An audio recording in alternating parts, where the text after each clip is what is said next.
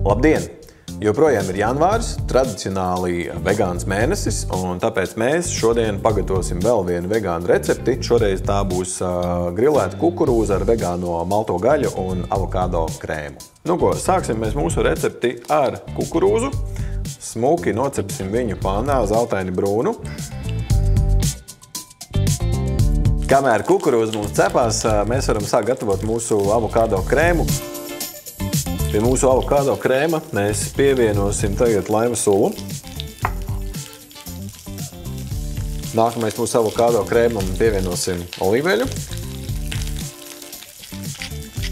Nedaudz kajenas pipari. Pievienosim mazu drusciņu medus.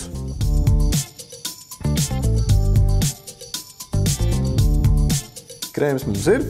Sagriezīsim kukurūzu ļodiņā. Nākamais mūsu receptē sagriezīsim lociņus. Aizbergu salāts.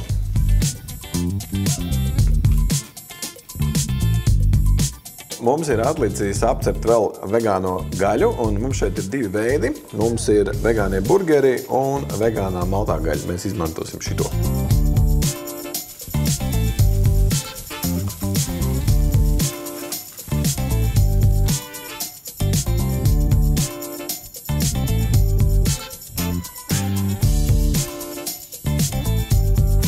Mazliet pievienosim vēl olīveļu. Liksim mūsu krēmu apakšā.